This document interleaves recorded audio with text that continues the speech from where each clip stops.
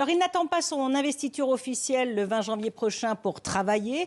Il le montre activement. Il a d'ailleurs nommé déjà une quinzaine de membres de sa future administration, alors qu'à la même époque, il y a 8 ans, il n'en avait nommé qu'une petite poignée.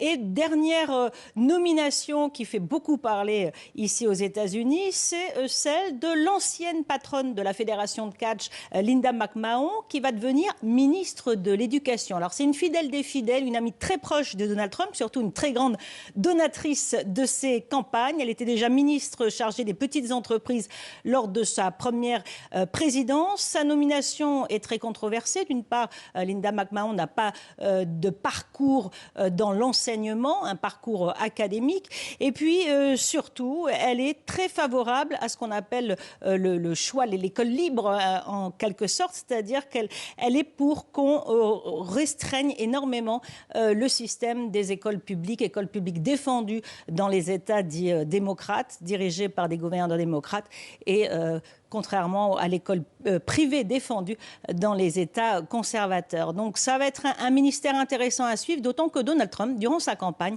avait dit qu'il voulait supprimer purement et simplement ce ministère. Donc on verra ce que Linda McMahon, si elle est confirmée au Sénat, fera de ce ministère. Voilà pour cette nomination supplémentaire, Elisabeth. Et puis Donald Trump qui, dans le même temps, fait aussi le ménage.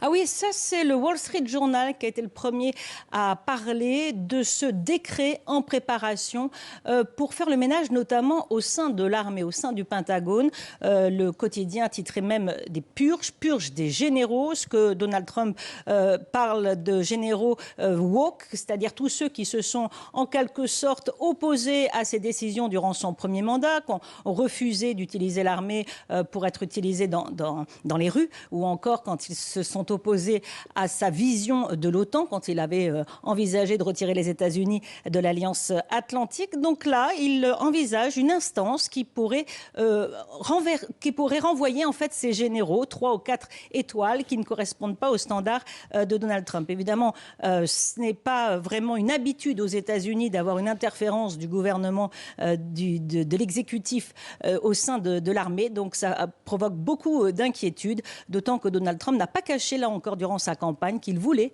utiliser l'armée pour les expulsions massives qu'il envisage, expulsions massives de migrants. Et ça, évidemment, ça apporte beaucoup d'inquiétudes au sein du Pentagone.